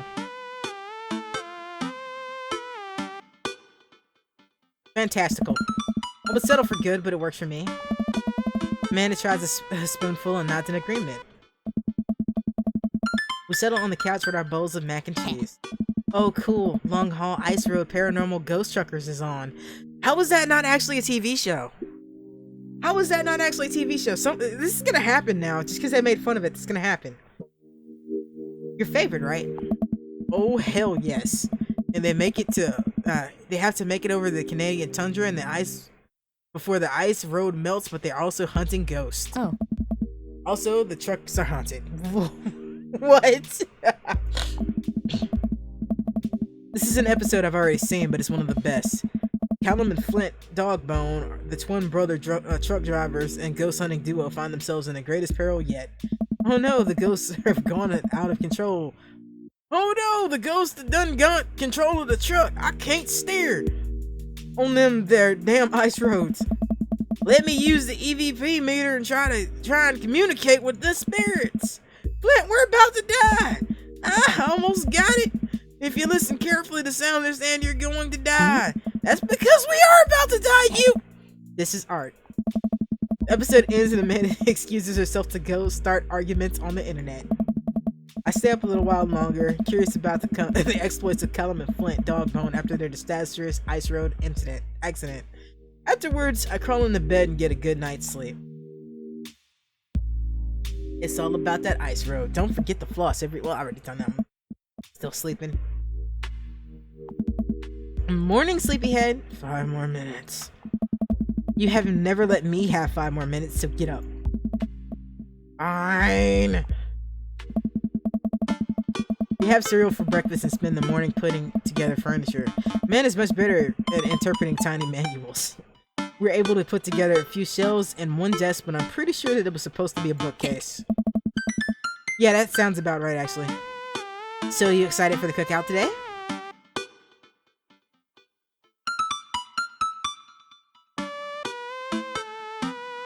Excited to beef up my... Yeah, see this as a learning opportunity. If I can snake some hot grilled tips, then I think we consider it a success. Don't you want to meet some of the people around the neighborhood? Probably end up standing uncomfortably in a corner with a plate of food and hoping nobody talks to me. Dads, you're a beautiful work in progress. But we'll get that butterfly to emerge from its cocoon. The social butterfly? Well, we better get started getting ready we definitely don't want to be late. Whoa! What? No, we have to be fashionably late. Who shows up to a cookout on time? You know what? We're going early just because you said that. We head out the door and Amanda reluctantly follows. We walk across the street to Joseph's house with a store-bought veggie plate. I'm a terrible cook, and if it doesn't involve a grill. I like that. Dad grilling techniques. We're not as early as we thought we were. Joseph's backyard is already packed with people and the smell of hot dogs wafts through the air. Small children run through the sprinklers and adults chat in small clusters. We set our veggie plate down on the table and next to 2 other veggie plates. Huh? Hey there, Joseph! A way to get his attention. The moment he sees us, he jogs over, arms open wide. Welcome. I can't do a voice that deep. My voice does not go that deep. I'm just gonna keep with a Chadsworth voice. Welcome, I'm so glad you two are here. And you brought veggies. Let me introduce you to my family. Kids, come over here. This is Chris, my eldest. Hi. This is Christian and Christina. Christian and Christy, they're twins. Hey! Those 2 are gonna murder me in my sleep. They stare creepily and have nothing to say. Those 2 are going to murder someone in their sleep. What are you raising over here, man? I couldn't get with you because of them! And then, of course, there's our youngest Krish. Wait, where is Krish? Maybe Mary put him in his crib. Oh no, it's the woman from the bar the other night. What's she doing here? Oh, and how could I forget my lovely wife, Mary? Oh my. Joseph pecks her on his cheek and she smiles. Ah, Mary, sweetheart, did you put Krish Howard? How the fuck do you even say that? Ah. I have to go look for him. What? You'll have to. Joseph takes a moment and regains his composure. Mary, this is our new neighbor, Theo and his daughter Amanda. I'd shake your hand, but I have a glass of wine and I need to tend to it. I love her. Nice to meet you. Mary, for the first time. Charmed. Well, I have to get going. I have to go over there now. Mary leaves. Oh god, this is awkward. I wonder if Joseph knows. I wonder if Mary knows that Joseph knows. I wonder if Joseph knows that Mary knows that I know. It takes all my energy to not run away from the barbecue and start fresh in a new city. My wife has the most wonderful sense of humor. But please, you too, enjoy the barbecue. All the guys are really excited to meet you. Let me introduce you to Damien. Joseph beckons a tall man in gothic attire over to the conversation. Good evening, my friend. Who the fuck? Damien is our new neighbor, Theo. Ah, so lovely to meet you. Alright, guys. Is there a vampire in this game? I mean, he looks like a vampire, but he couldn't possibly be a vampire, right? Right? Okay. I'm confused, but whatever. He's still pretty to look at. Not my type, but he's pretty to look at. Damien shakes my hand, then bows. If you're ever interested in, it would bring me great pleasure to host you for a spot of afternoon tea. Wow, yeah, that sounds right. Oh. Splendid. Well, I must be off. Perhaps our paths are certain to cross again. Damn, what a classy dude. That's one way to put it.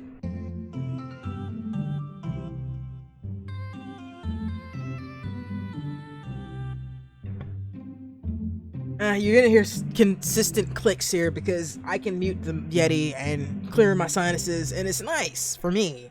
And it's better than you having to hear me do that, so yeah.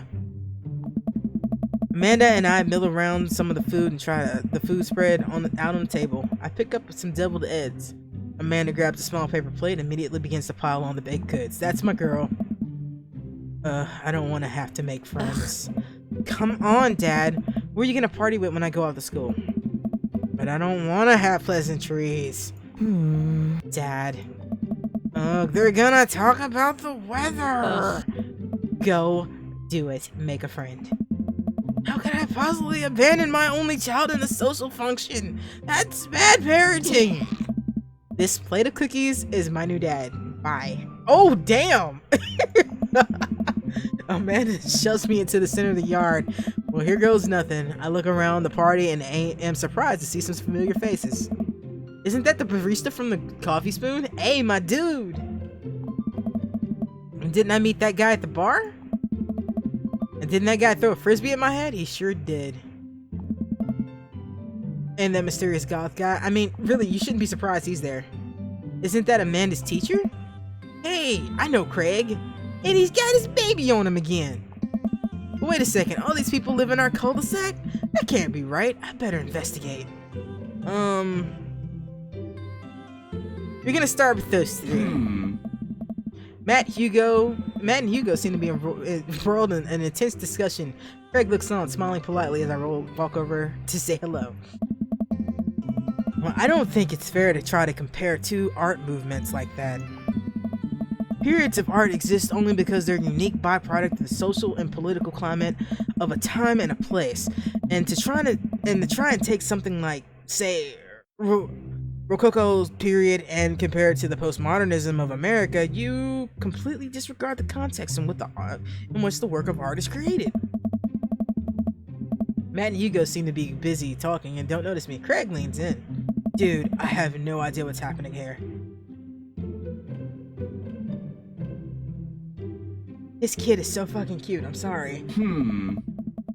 That kind of comparison just eliminates the reason the art movement are so important in the first place. You're not wrong, but what I think is there's no harm in comparing one work of art to another.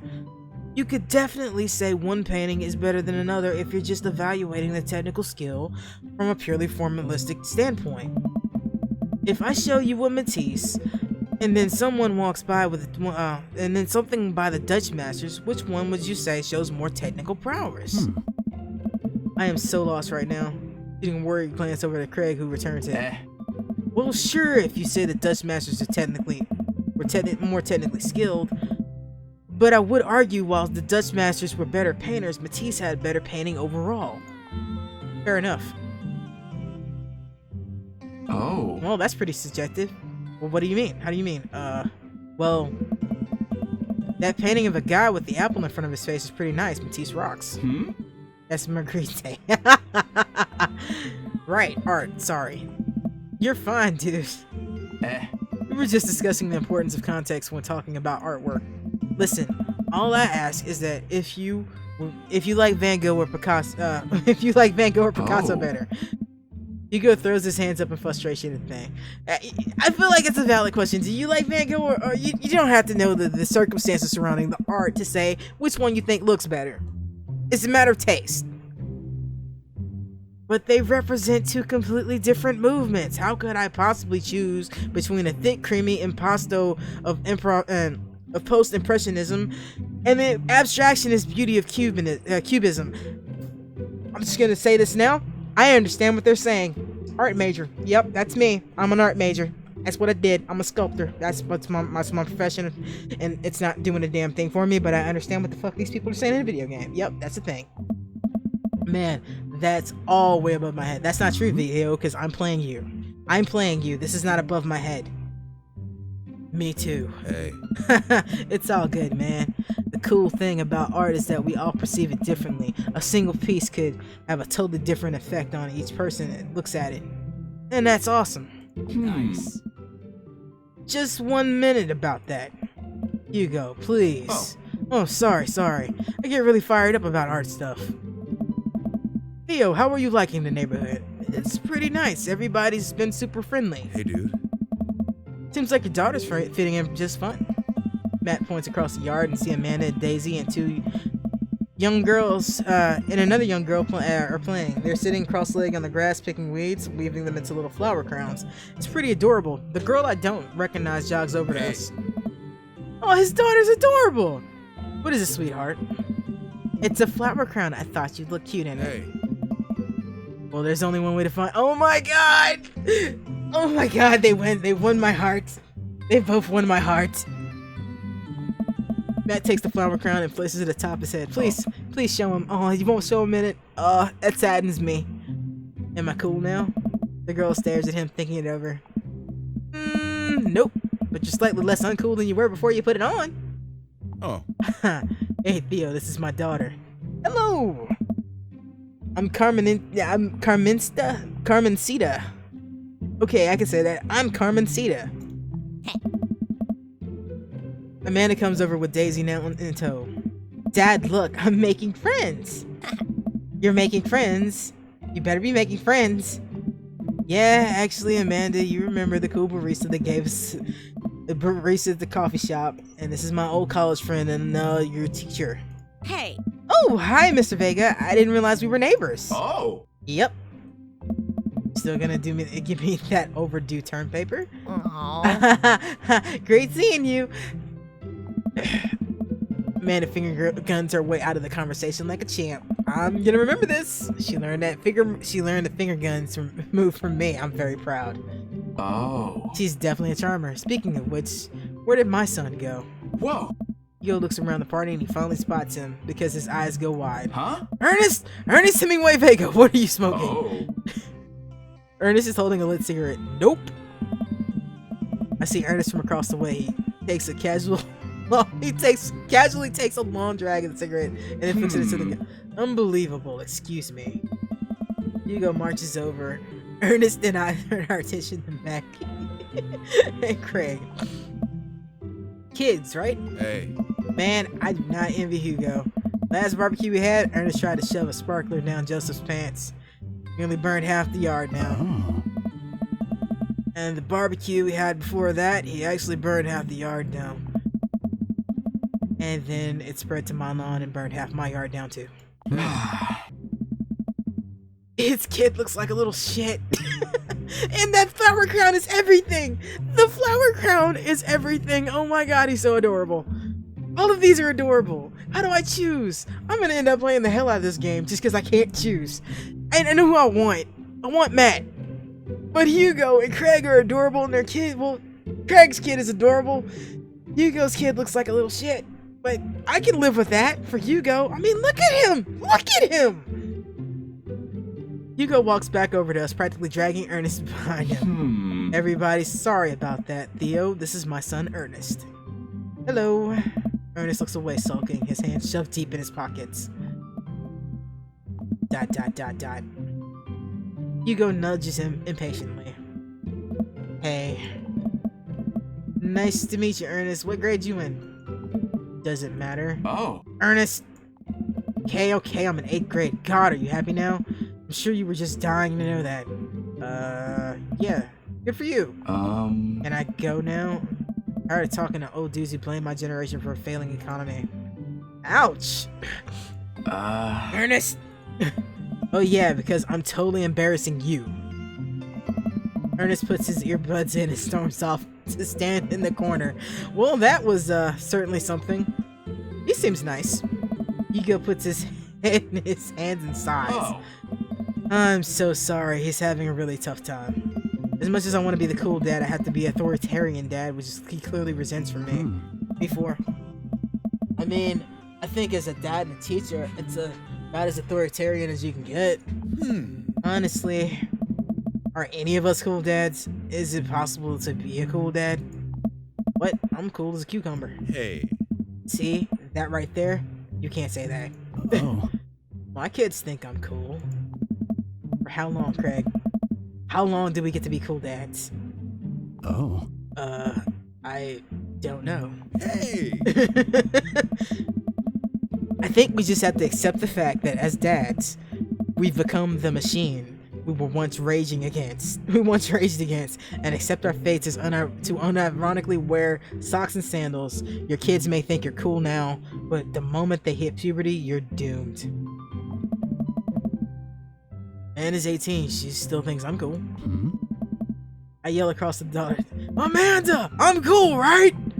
Amanda just laughs. She keeps laughing. I see your point.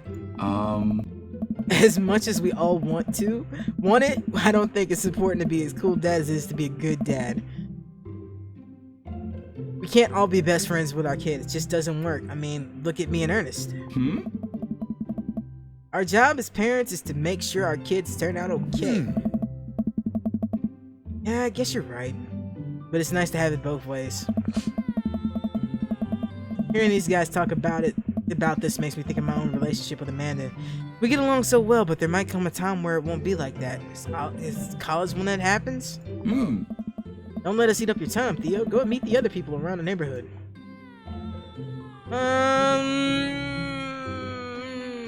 Who the hell's Damien? Oh, Damien's the goth dude, right? Yeah, that's him.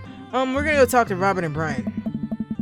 I glanced across the yard and I noticed that Robert and Brian are chatting over drinks. Man, I don't think I want to deal with being one up by Brian or whatever happened with Robert last night. Oh no, they caught me staring. Oh, Brian is waving me over. Shoot. I flashed a smile and walked towards them. Hey, guys. Theo, how the heck are you? You settling into the neighborhood all right? Oh, you betcha. Got the living room in order at least.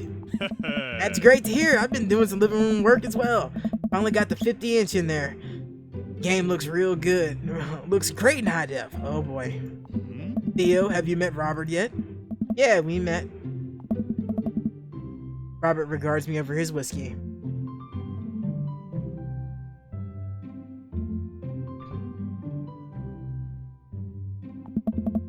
Good seeing you again. We were just talking about the most recent camping trip. Spent a night out in the woods with Daisy and Maxwell. She's definitely the outdoorsy ones. Even caught her first fish. It's good to see you taking your daughter out like that. I bet she loved it. It's great that she loves the outdoors. Mine loves being inside. Brand raises an eyebrow at me.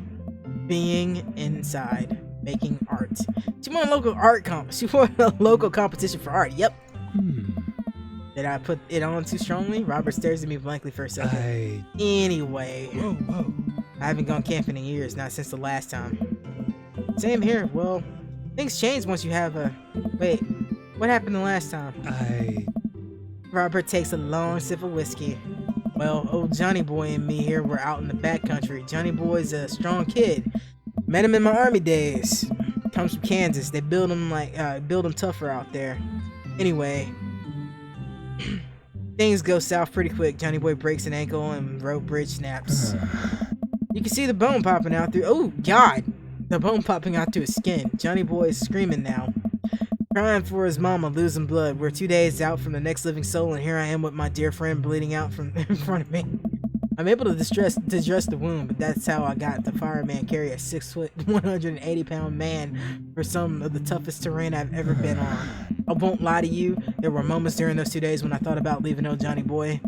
To build a bond with your brothers and armed, and that bond never breaks. I got that boy back to civilization. I lost some of me out there. I guess that's camping for you. Brian, I stare in disbelief. Robert takes another long sip of whiskey. Kidding. My friend John and I went inner tubing down a river and he lost a flip-flop. I miss that kid. I like this guy. I will definitely be playing this game multiple times because there are just so many adorable dad moments here. Or am I kidding? Brian and I tense up again. I'm kidding. Whew. Man and Daisy barrel up to us laughing. Daisy's holding a paper plate in front of her like a steering wheel. We gotta get off the haunted truck! Oh no, the ghost locked the doors! Quick, hit the emergency escape button! But trucks don't have emergency escape buttons. Oh, then hit the brakes, I guess. And then we'll be out of the truck. Imaginary truck. Anyway, we're safe from the ghost. But how will we ever survive this Arctic tundra, Daisy? You might have to eat me. Are you prepared to do that? I'm prepared to do anything to survive. That's cold-blooded. I like that. No, I'm not sure if I have the materials required to properly cook you. You know, that reminds me of the last time I went skiing. Robert! Wait a second. Are you guys playing Long Haul Paranormal Ice Ghost Truckers? Yeah! Amanda and I love that show. It's the best, especially the episode where Callum and Flint's keys and Flint resuscitates.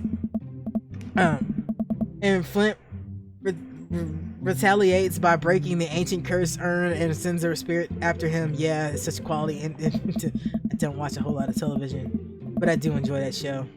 That and more documentaries. Alright, Daisy, I found us a couple of bugs. They're gonna make a great meal, lots of protein, and keep us from starving out here in the harsh, icy wasteland. But that's a whole table of food right over there. Daisy, it's a game. We're playing pretend. It's what kids do. Live a little. Amanda gives Daisy a handful of gummy worms from the snack table, and they eat them in mock disgust. Let's go find kindling for a fire! Okay! But not an actual fire. Because we're playing pretend? Yeah. Now you're getting it. Daisy and Amanda run off. What a cute couple of kids. They are quite adorable. They are quite adorable. I mean, she's already bonding with her. Maybe I should go with the dad. The kids already like each other. Man, I've never seen her get along with anyone so quickly. Well, Amanda's just that sort of way with kids. That's kind of amazing. Daisy doesn't really get along with kids her age. It's nice that he's not trying to one-up me this time. Maybe we can have a regular friendship after all. Really? She kind of keeps to herself. Her teacher says she spends every recess in the library. I think the other kids are intimidated by her intelligence. Or maybe she's just shy. There it is. I wouldn't worry about it too much. Amanda was shy at Daisy's age too. She used to have a habit of crawling under tables and crying every time we took her to a restaurant. She bit people too. Oh, kids, right? Gotta love them. You're required to by law. Actually, it's not in the law. You don't actually have to love your kids. You should, though. You should. And it should be a law. Love your kids. I hear that. Well, since they're getting along so well, maybe we should try to put together some playdate for them or something. She's 18. Jesus. They do seem to get along really well, but the thought of continually hearing about Brian's accomplishments is rough. Yeah, that'd be nice. Well, I don't want to take up too much of your time. Go meet some of the other fellas.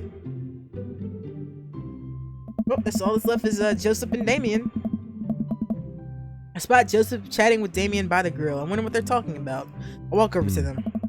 So, I'm curious. Can you walk me through why you had your house painted black? What voice was I doing there?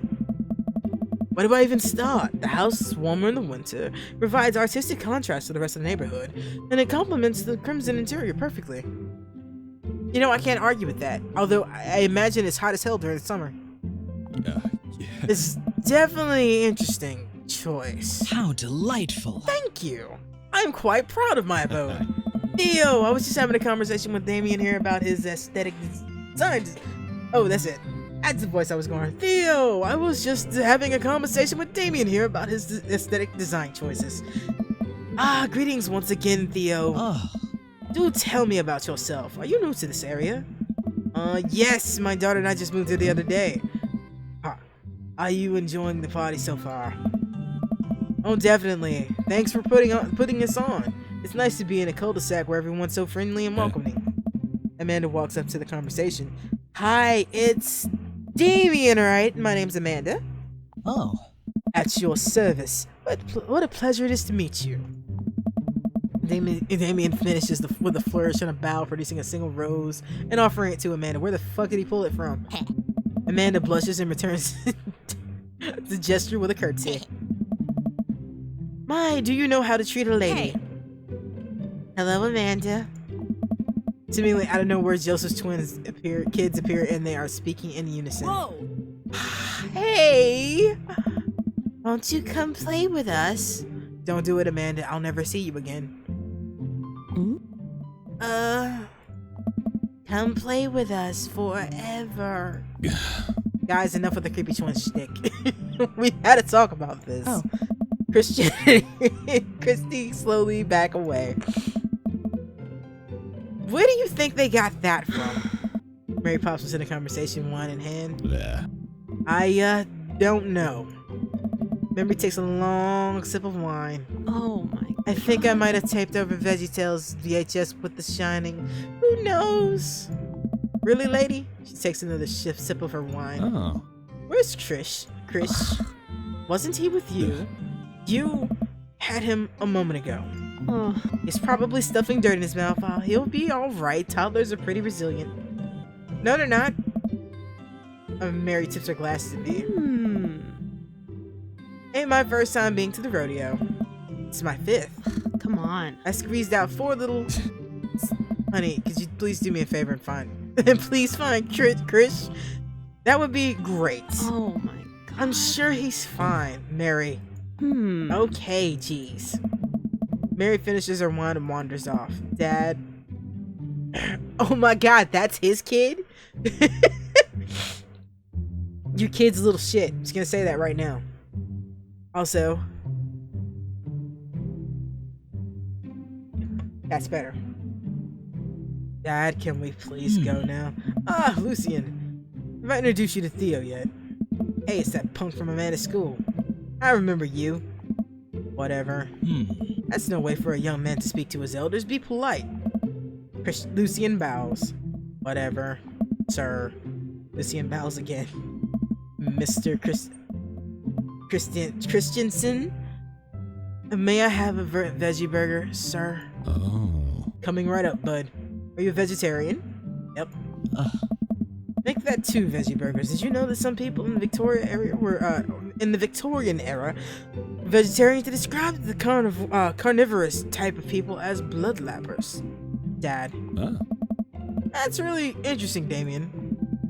Joseph turns on the grill, just a hint of tattoo peeks from underneath his sleeve. I can't believe I didn't notice it before. Looks like the bottom of an anchor. Whoa, is that a tattoo? Whoa. Yep. I wasn't always a youth pastor, you know? That's so cool. Want to see mine? What? What?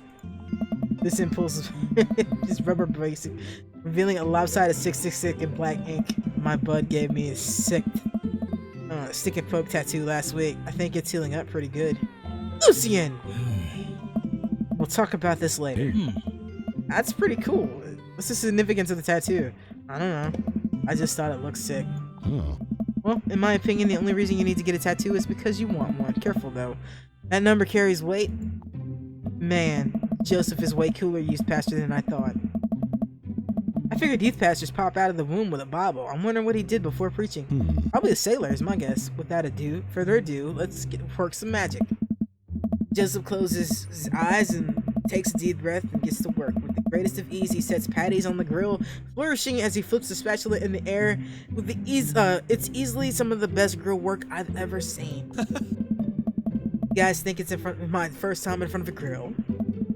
He works faster now, effortlessly tossing cheese on the patties and perfectly grilling onions on the side. One after another, dads take notice and crowd around Joseph and admires masterful technique. Oh.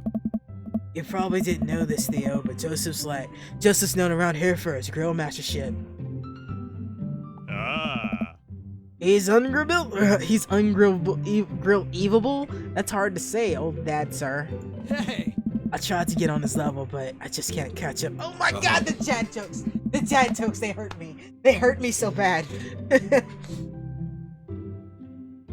Let us keep... Oh my Jesus, why? Why? I knew this was coming. I knew these dad jokes were gonna be piled on me at some point. I just really wasn't ready. My body wasn't ready. He's a rare quality about him. It's just, oh man. Mustard, we keep talking about this. Can't we just appreciate the author? I've never seen him make a mistake. It's just like they're hitting me with a combo. I can't deal. I can't. Hey. Okay, we need to stop. This is getting too cheesy. Oh God, please. Amanda, yes. Please stop. All of the children at the party boo in the glorious display of puns in unison. Wink. A wink. That might be my favorite part of this game. Wink. Alright guys, the food's ready, please. Warm and orderly barbecue. Barbecue. Oh God, that hurt me worse. We grab our food and hang out and enjoy the perfectly cooked cheeseburgers. Hey? Man, this is so wild. All of us dad live in the exact same cul-de-sac. It's nice, isn't it? It feels like there's a real community here. Totally helps when you're just a single dad trying to raise a kid. Oh. We're happy to have you here, man. I think you're gonna like this neighborhood a lot. Plus, Amanda seems to be getting along with all the kids. If she decides to get into the babysitting game, she'd really make a killing. Oh. Hey, why don't you add us to that all-on dad book? Oh. It's a great social network for dads to keep in touch with each other. We're all on it. So if you ever need to reach out to anyone, the simplest way to do it. Sorry, I'm just an old-fashioned dad. Social media goes way over my head sometimes. Don't worry, Pops. I'll help you figure it out. The rest of the barbecue goes smoothly, and we trade stories and drink beer as our kids play on the lawn. Amanda breaks up a fight between Carmenista and those weird twins. I think they wanted her soul. I think they want all our souls, honestly. Those kids are weird. I got an achievement! Welcome to the neighborhood. That's cool. Amanda and I walk back to our place as the sun sets over the neighborhood. Pretty fun party, don't you think? I mean, I got a burger. I felt like I was at a networking event. No, I wish I could have been playing Rice Road Truckers. You and Daisy seemed like you were having a way better time than I was. That's because we were. Hey, at least you met some other cool dads. You should hit them up on Dad Book. Maybe I will, if I ever figure out how to do this whole social media works. How this whole social media works, okay. Theo, ... I have a good feeling about this place. Me too, Dad. Amanda and I arrive home with the remnants of our veggie plate. Seems like nobody was really into the cauliflower. I like cauliflower. I may be one of the few people that does, but yeah, I love cauliflower. It's wonderful. It's wonderful. So wonderful. Much like this game. Let's see what time it is. How long have I been streaming? Oh, I've almost been streaming 2 hours, so actually I'm gonna have to call it here for the evening because my throat is a bit parched and I'm kind of tired. And I actually would like to get some artwork done today. So thank you for watching. If you're watching on Twitch and you've liked what you've seen me do today, including all of the flubs of reading over lines and just like and almost 2 straight hours of me reading characters and not so funny voices, like hit that follow button. Trying to get to 100 now. No, actually, we're just trying to. We're gonna go with 10s. I have 100 in the status, but we're going for 60. 60's great. That said, if you're watching on YouTube, please remember to like and subscribe. I do hope you've enjoyed my entertainment. And if you're watching on vid.me, same thing. And until next time, remember to save often. Let's just go ahead and do that again, just in case. Save often. You see that save button, yeah, and you live longer. Peace.